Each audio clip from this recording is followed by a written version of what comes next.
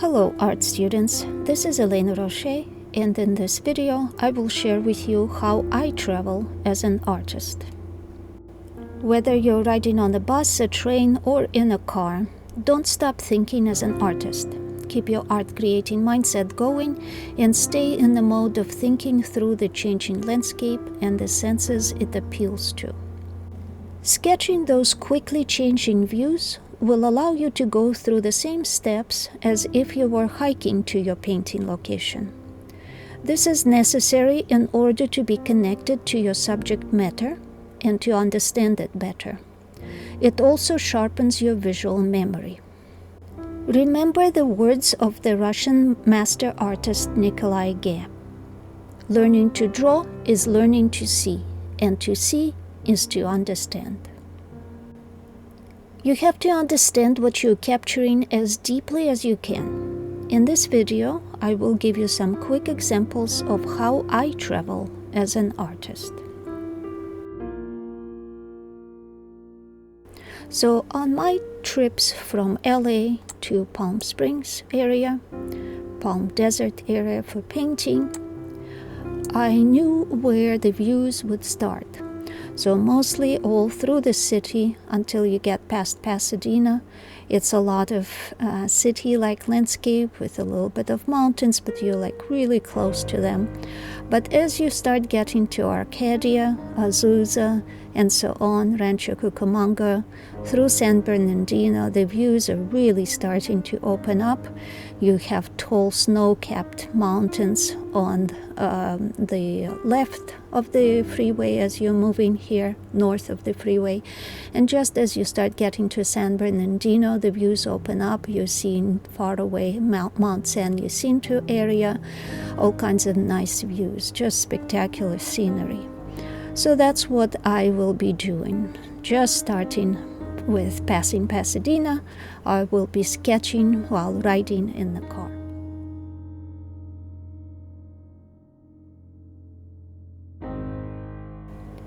And even though this is the month of May, this year we had so much rain and it was such a wet year that even in the month of May it was still cool and a lot of cloudy days. So this means that I will be concentrating on values and the atmospheric effect with my sketches. It is hard for the camera to capture in detail the landscape I'm seeing through the car's windshield, but I do see a whole lot more details than my camera can capture. I'm not a camera person, I'm not a photographer, I'm an artist. That's why I don't draw or paint from photographs. I don't even try to figure out how the camera works. To me, the camera is here to record fairly decently what I'm doing, and that's about it. So the very first thing through my mind is looking out at the view and seeing whether it's an interesting shape in the mountains, interesting layout, and what I can capture quickly. Obviously, as we're passing in the car, everything changes very quickly, so what I can usually start with is I can quickly capture the main shapes of the mountains with even just the outline. I can fill in the values later because those are easier to remember, easier to do. And as the foreground appears to be more interesting that we're passing by, I will sketch that in even if I didn't see it originally, like in this little sketch here. As I was sketching the mountains, I saw that we were passing under this nice freeway overpass. I liked the looks of it, and even though it flashed by real fast, I just sketched it in as best as I could remember. Next, we were going through Azusa, and the mountains were starting to get a little further back from the freeway. We're getting closer to Mount Baldy, and I saw this nice little mountain with a few little antennas on top. Mount Wilson is way past us, so this is not it. So I quickly captured the shape of it that I really liked, and I knew that the foreground would be changing.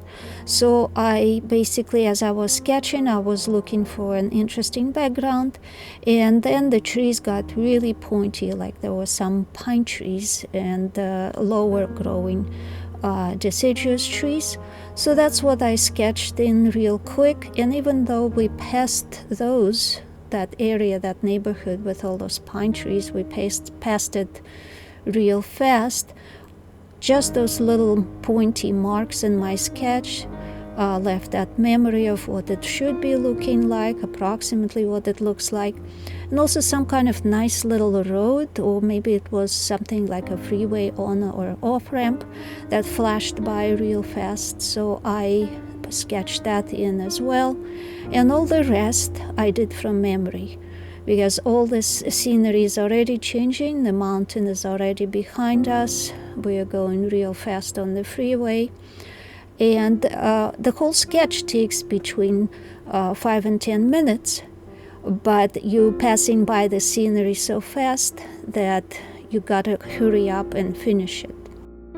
I was looking for my next view. I don't just sketch anything. I do look for something interesting and unusual.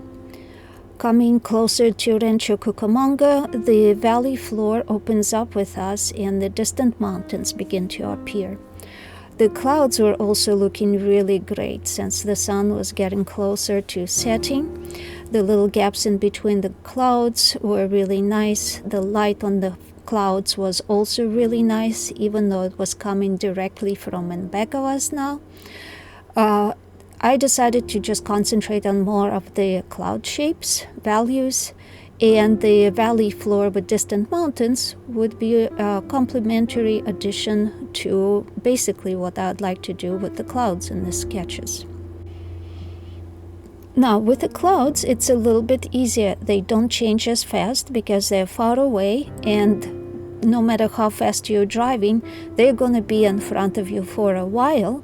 The only thing that can change is if the freeway or the road takes a sharper turn, and now you have to look at them from a different directions instead of straight ahead of you. But in this sketch, I concentrated on capturing the shapes of the clouds, and when the valley floor appeared looking extra interesting, I started adding the details for the valley floor, the little bit of the tree lines in the foreground, very, very light, distant flats of the valley where Redlands is, and the very top tip of the Mount San Jacinto. And Mount San Jacinto is the reason for this whole trip. So now I'm seeing it for the first time from quite a bit of a distance, and I'm studying it from the back portion of it, not the one that I'll be painting it from. This particular trip, I skipped sketching anything at San Bernardino. I have other sketches from other trips of the area. Instead, I worked a little bit deeper on the clouds of the previous sketch and went straight in to sketch the landscape at Redlands. Redlands is a nice little town, a lot of Victorian-style houses, very nice neighborhoods, completely surrounded by all kinds of snow-capped mountains with great views. And so I went straight to capturing just basically the outline of the mountains closer to the horizon, concentrating on the clouds that were building up nicely over the mountains. As the car was bouncing along on the freeway, I let that bouncing make the outline of the clouds even more interesting. So while I was dragging my pencil along the cloud line, the bouncing created all the little irregularities that work perfectly for making my clouds look more natural. And even though this sketch is relatively large compared to the others, it didn't take too long to do it. And I was now looking forward to sketching directly in back of Mount San Jacinto as we were heading right up the canyon that I portrayed in the previous sketch. The view from freeway of the clouds surrounding the very tall Mount San Jacinto was jaw-dropping. I don't know how people could even continue driving without slowing down. So I started to sketch whatever I could as fast as I could, trying to capture the basic gist of how those clouds were rolling in, surrounding this very tall mountain, because we were heading into that canyon between the mountain to cross over the pass into the Palm Desert. And unfortunately, the camera just could not capture any of that. So I tried to show you what I was seeing. Unfortunately, it just did not happen. But the view was jaw-dropping. And obviously, we were heading in up the freeway so fast that I had to work and finish the sketch from memory, because it was just changing too quickly. But it was some spectacular view. If you're ever looking to draw and paint something like this, head to Redlands, drive around and find locations on days like this when it's a little cloudy, the clouds are rolling in from the ocean, creating the spectacular views of the area. At Morongo Reservation, I did one more little sketch and called it a day. It was already starting to get darker, the sun was going down, and we were almost at the Palm Springs area. First thing the next morning, I painted a quick sketch, 8x10 study of Mount San Jacinto and the desert floor right from the hotel's window. This made my job for the next few days relatively easier. Now I was already used to seeing the scenery, the mountains, the snow, the different light conditions, the desert floor. Now all I had to do is find my favorite locations and get to work on larger paintings. By sketching on the way here and by doing a quick sketch from the balcony at the hotel, I was already in that desert painting mindset. After a few days in the Palm Desert, Palm Springs area, we headed through Yucca Valley, over and back of all the tall mountains, through Victorville to the Antelope Valley, California Poppy Preserve, with the goal of painting in the desert before all the poppies are gone. But that means on the way there, I will be getting very nice scenery of the desert floor with all the tall mountains as the background. So after painting the low desert, where it gets really hot in the summers and it's one type of environment, we headed over to the high desert, the portion of the Mojave Desert that is high in elevation. It has different geology, a lot of different plants, different type of environment. Sometimes in the winter they may get a dusting of snow. It's not too unusual. And the cloudy skies were still there, so made it for a very interesting, a fun time sketching the desert. The road was now not a freeway, but a highway. It was quite a bit bumpier, so at time I was pretty shaken while drawing. But again, I took advantage of that shakiness, and it just made my lines, sketchy lines, even more sketchy and even more interesting. So as long as your lines are going in the right direction, even if they're a little wobbly, it's just fine. As long as you're showing the basic structure in your sketch of what you're drawing, the basic construction, it makes sense. You're capturing the right proportions.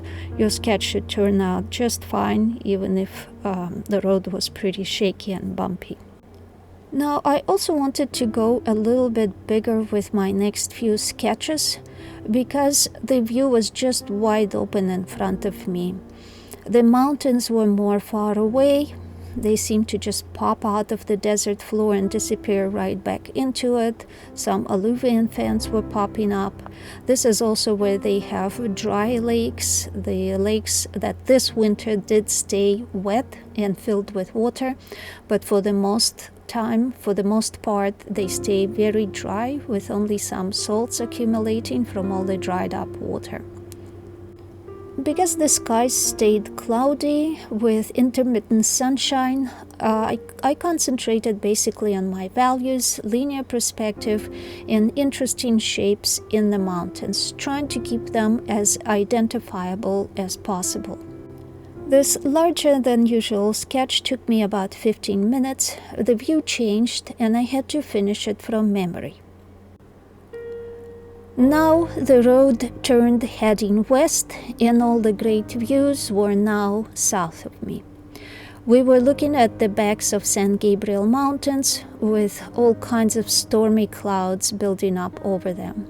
It was obvious that the clouds were dumping a lot of snow at the tops of the mountains, and we were in the desert floor only observing it from the distance with a few cumulus clouds over the desert, but no rain and no snow.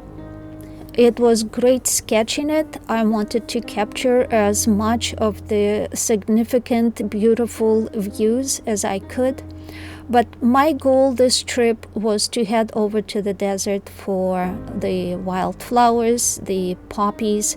So this had to stay sketchy. However, the beautiful thing about trips like that is that you can make notes right on the map as you're passing by, with all the places where you think great views could be painted, where you can pull over easily, where you can stay, let's say, in towns overnight that have great scenery, and plan your next painting trips or any future painting trips in the places where most tourists don't know they should be going there. The scenery was so spectacular that at one point we did pull over and stopped to observe it and to soak it in. The clouds were a huge puffy cumulus clouds, and it was creating this nice light effects. The snow was being dumped right on top of the mountains. The Joshua trees in the foreground were filling the desert floor, along with some other cacti and little scrubby, bushy plants.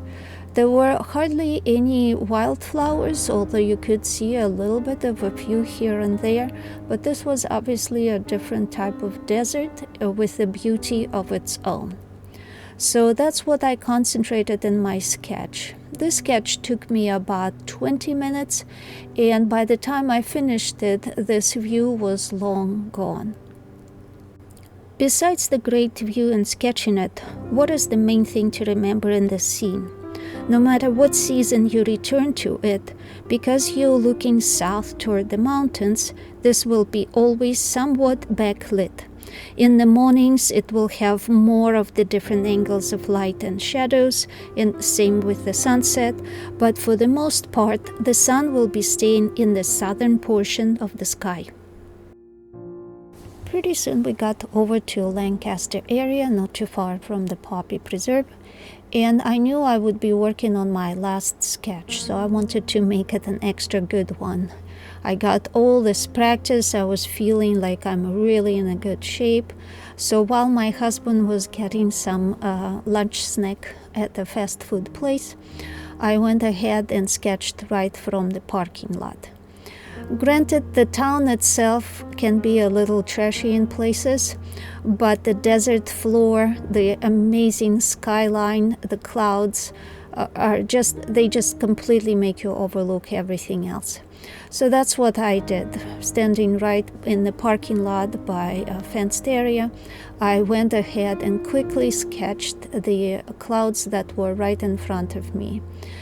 Big cumulus building up, lots of darker shadows, lots of interesting linear perspective and different overlapping clouds, with actually not too bad of a foreground. It was some kind of storage, perhaps big containers from ships that were being stored in the area, and one great pine tree rising right above all of that.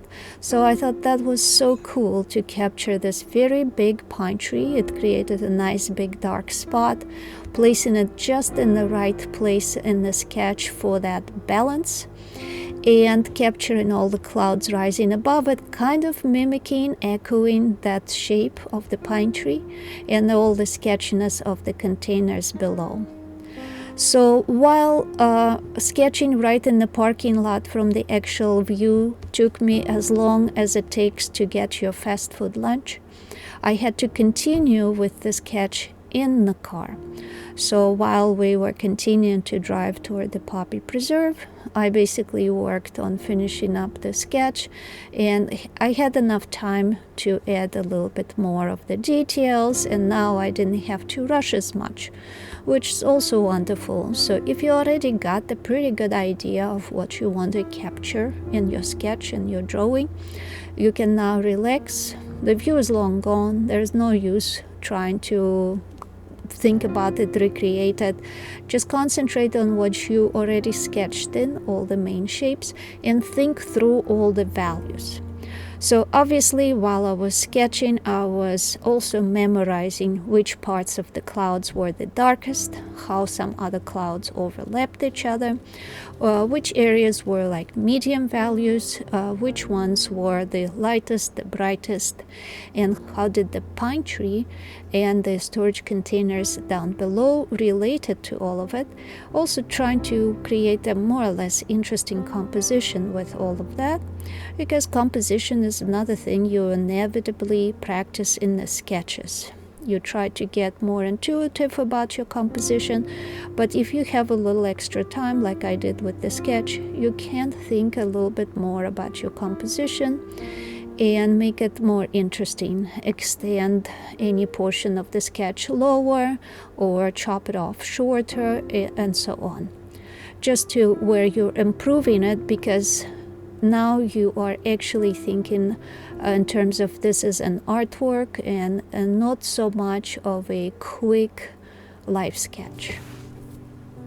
During this particular drive, I did a few other sketches. Some of the videos didn't turn out to be so good, so I'm just going to include those sketches for you to view as part of the timeline. I always write the time, the date, and the place or a nearby town.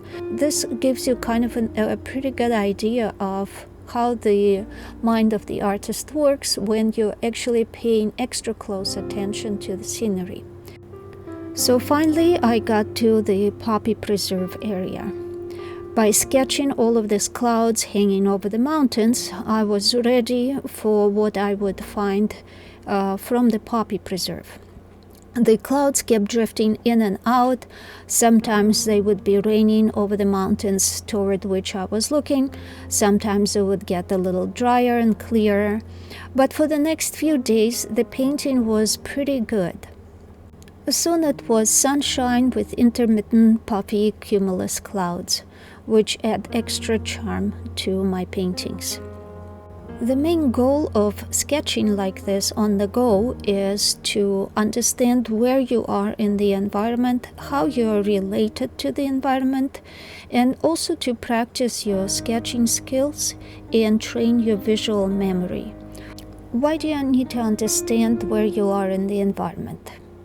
That is, so you would know where the sun is, where the north, south, east, and west is. For a plein air painter, this is very important. This is your light source. You need to know what the shadows will be doing, what the light is doing, whether the light is shining through the plants and making them extra bright and colorful, whether it's shining onto them, making the colors slightly duller. All of that is very important, and by sketching while you are driving, you are throwing all this different scenery in front of you, all these different views are bombarding you, and instead of just letting them bombard you and just be left with a wow sense, what you're doing is you are dissecting why you're feeling wow, and you're understanding where you are and what you're looking at and why it's looking this way. If you like this video, please like, share, and subscribe to my YouTube channel. You can also visit my website, elenaroche.com, to subscribe to my newsletter, find out more about what I'm up to, see more of my paintings and sketches. Thank you for watching. I am Elena Roche. Until next time.